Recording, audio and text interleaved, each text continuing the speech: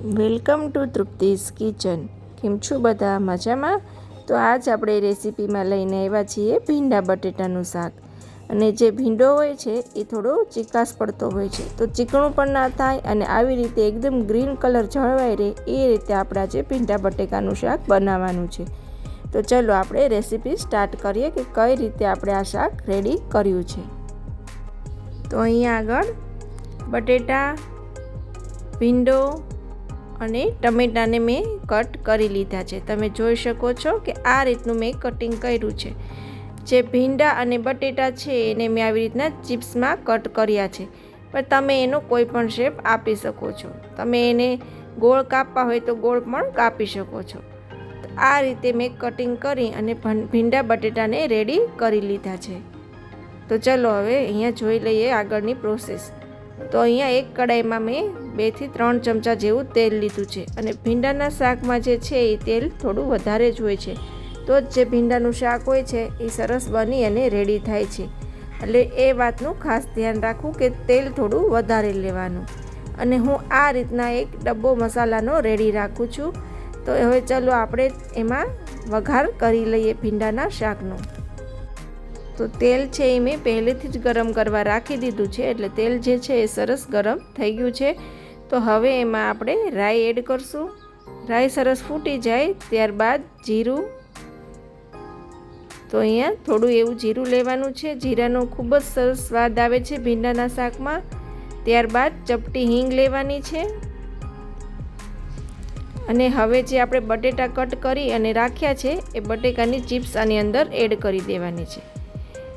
બટેકા છે એને ચડવામાં થોડી વાર લાગે છે, એટલે એ ડાયરેક્ટ આપણે તેલમાં આ રીતે પહેલાં એને ફ્રાય કરી લેવાના છે, જેથી કરીને બટેટા છે એ કાચા ના રહે અને એકદમ સરસ ક્રિસ્પી બની અને રેડી થઈ જાય. એટલે આ રીતે પહેલાં આપણે બટેટાને તેલમાં સાતળી લેવાના છે. તો અહીંયા 3 થી 4 મિનિટ પકાવ્યા પછી તમે જોઈ શકો છો કે બટેટા છે એકદમ સરસ ચડી ગયા છે. તો હવે આપણે એમાં જે આપણે કટ કરી અને ભીંડો રાખ્યો છે એ ભીંડો લઈ લઈએ.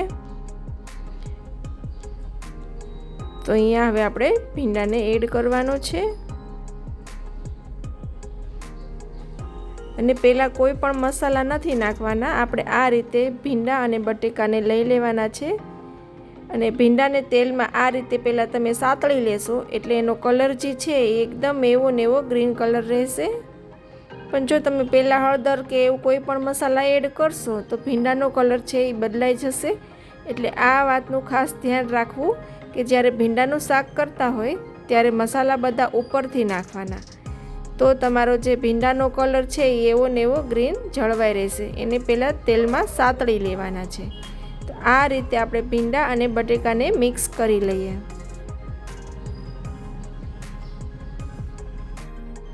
અને આ રીતે ભીંડાને સાતળવાથી ભીંડાની જે ચીકાશ હોય એ પણ બધી નીકળી જશે. એટલે ભીંડા અને બટેકાને પહેલાં તેલમાં આ રીતે બરાબર સાતળવા દેવાના છે, જેથી કરીને એની બધી જ જે ચીકાશ હોય ભીંડાની એ નીકળી જાય. સારી રીતે મિક્સ કર્યા પછી હવે આપણે એને 2 થી 5 મિનિટ માટે આવી રીતે તેલમાં ચડવા દેવાનું છે. અને ભીંડો ચડે છે ત્યાં સુધીમાં આપણે અહીંયા લસણ ખાંડી અને રેડી કરી લઈએ. અહીંયા મેં 8 થી 9 કળી જેવું લસણ લીધું છે. વધારે ઓછું તમે લઈ શકો છો. અને એ લસણને આપણે અહીંયા ખાંડી લઈએ. ભીંડો ચડે છે એટલી વારમાં આપણે આ લસણ ખાંડી અને રેડી કરી લેવાનું છે. અને લસણ છે એ આપણે ઉપરથી જ એડ કરવાનું છે, તેલમાં આપણે ડાયરેક્ટ નથી નાખવાનું. તો આ રીતે આપણે લસણને ખાંડી લેવાનું છે. અને લસણની કળી તમે ફ્રેશ ખાંડીને નાખશો તો આ શાકનો ખૂબ જ સરસ સ્વાદ આવશે. પહેલેથી લસણ ખાંડી અને ચટણી બનાવી અને નથી રાખવાનું. આ રીતે તાજે તાજું ખાંડી અને પછી જ આપણે ભીંડાના શાકમાં નાખવાનું છે, તો ખૂબ જ સરસ એનો ટેસ્ટ આવશે. તો તમે જોઈ શકો છો કે ભીંડા અને બટેટા સરસ ચડી ગયા છે. તો હવે આપણે એમાં હળદર એડ કરીએ.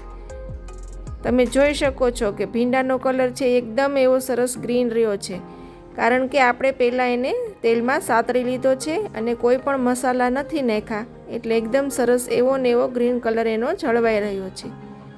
હળદર નાખ્યા પછી હવે આપણે એને સારી રીતે મિક્સ કરી લેવાનું છે.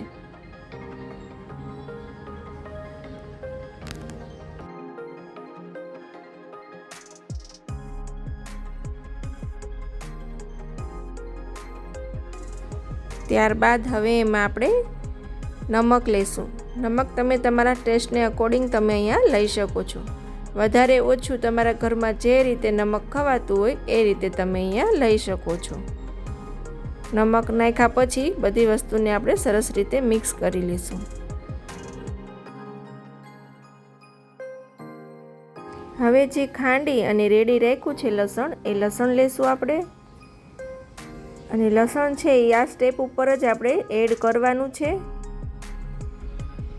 કેમ કે તમે તેલમાં એને સાતળશો તો એના જે બધા ગુણધર્મો હોય છે લસણના એ બધા નષ્ટ પામશે અને એની તમને બેનિફિટ નહીં મળે. એટલે શાકમાં આ રીતે ઉપરથી થોડું શાક બની જાય પછીથી જ લસણ નાખવાનું, જેથી કરીને એની સુગંધ પણ સરસ આવશે અને એના ગુણધર્મો જે છે એ પણ બધા સચવાઈ જશે. અને જો તમે તેલમાં પહેલાં જ ફ્રાય કરી નાખશો તો જે એના ગુણધર્મો હોય છે એ બધા નષ્ટ પામશે. એટલે આ રીતે ઉપરથી એને એડ કરવાનું અને એની સુગંધ પણ ખૂબ જ સરસ આવે છે. તમે એકવાર ટ્રાય કરજો, તમને પણ ખૂબ જ મજા આવશે. આ રીતે તમે લસણ નાખી અને શાક બનાવશો, ફ્લેવર પણ ખૂબ સરસ આવશે અને એના ગુણધર્મ પણ સરસ સચવાશે. એટલે આ રીતે ચોક્કસથી એકવાર તમે તમારા ઘરે ટ્રાય કરજો. હવે સારી રીતે આપણે મિક્સ કર્યા પછી એમાં આપણે જે ટમેટાં કટ કરી અને રાખ્યા હતા એ ટમેટાને હવે આપણે એમાં એડ કરી દઈશું. અને તમને જો ટમેટાં ના ભાવતા હોય તો તમે આ જગ્યાએ એને સ્કીપ પણ કરી શકો છો. આ રીતે આપણે હવે એને મિક્સ કરી લઈએ. ટમેટાં નાખવાથી એનો ખૂબ જ સરસ ખાટો મીઠો ટેસ્ટ આવશે. તો હવે આપણે અહીંયા એને સરસ રીતે મિક્સ કરી લઈએ, જેથી કરીને ટમેટાં આપણે એડ કર્યા એ સરસ ગળી જાય.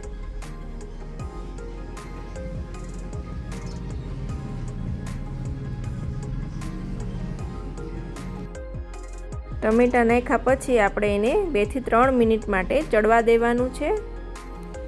હવે તમે જોઈ શકો છો કે લાસ્ટમાં આપણે લાલ મરચું પાવડર એડ કરવાનું છે. એ પણ ખાસ ધ્યાન રાખવાનું કે આપણે શરૂઆતમાં જ કે વચ્ચે એવી રીતે આપણે લાલ મરચું પાવડર નથી નાખવાનું. ભીંડાના શાકમાં હંમેશા જે છે મરચું પાવડર એ છેલ્લે જ નાખવામાં આવે છે, તો જ એનો જે કલર છે એ ખૂબ જ સરસ જળવાઈ રહે છે. એટલે થોડું શાક ચડી જાય પછીથી તમારે જે આપણે લાલ મરચું પાવડર છે એ નાખવાનું, જેથી કરીને એનો કલર ખૂબ જ સરસ આવે. ભીંડાનો છે એ ગ્રીન ને એવો કલર જળવાઈ રહેશે, પણ શાકનો જે કલર છે એ ખૂબ જ સરસ રેડ આવશે. એટલે આ વાતનું ખાસ ધ્યાન રાખવાનું કે લાલ મરચું પાવડર છે એ આપણે લાસ્ટમાં જ એડ કરવાનું છે. ત્યારબાદ ધાણા જીરું પાવડર આપણે એડ કરશું. એ પણ અહીંયા આપણે લાસ્ટમાં જ લેવાનું છે, જેથી કરીને એની સુગંધ ખૂબ જ સરસ આ શાકમાં આવશે. એટલે લાલ મરચું પાવડર અને ધાણા જીરું પાવડર છે એ આપણે લાસ્ટમાં એટલે કે છેલ્લે જ એડ કરવાનું છે.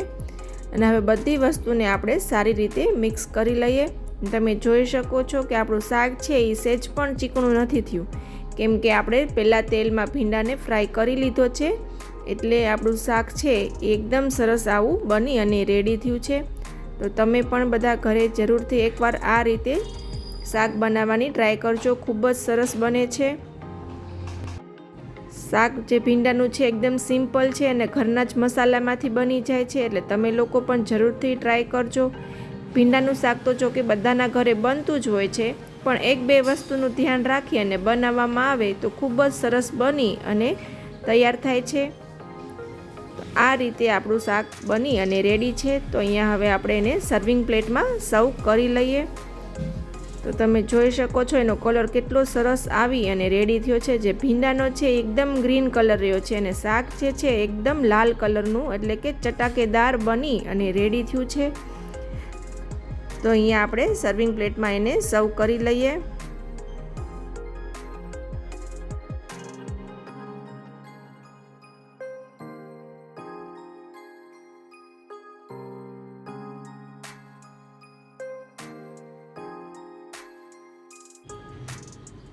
તો અહીંયા રેડી છે ભીંડા બટેટાનું શાક. એને મેં રોટલી સાથે સર્વ કર્યું છે.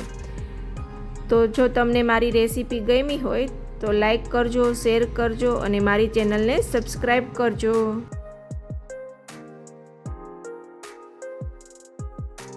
અને બધા મારા સબસ્ક્રાઈબર મિત્રોનો આભાર કે તમે બધા મારી ચેનલ જોવો છો, મારી રેસીપી જોવો છો, ત્યારે મને આવા નવા વિડીયો બનાવવાની પ્રેરણા મળે છે.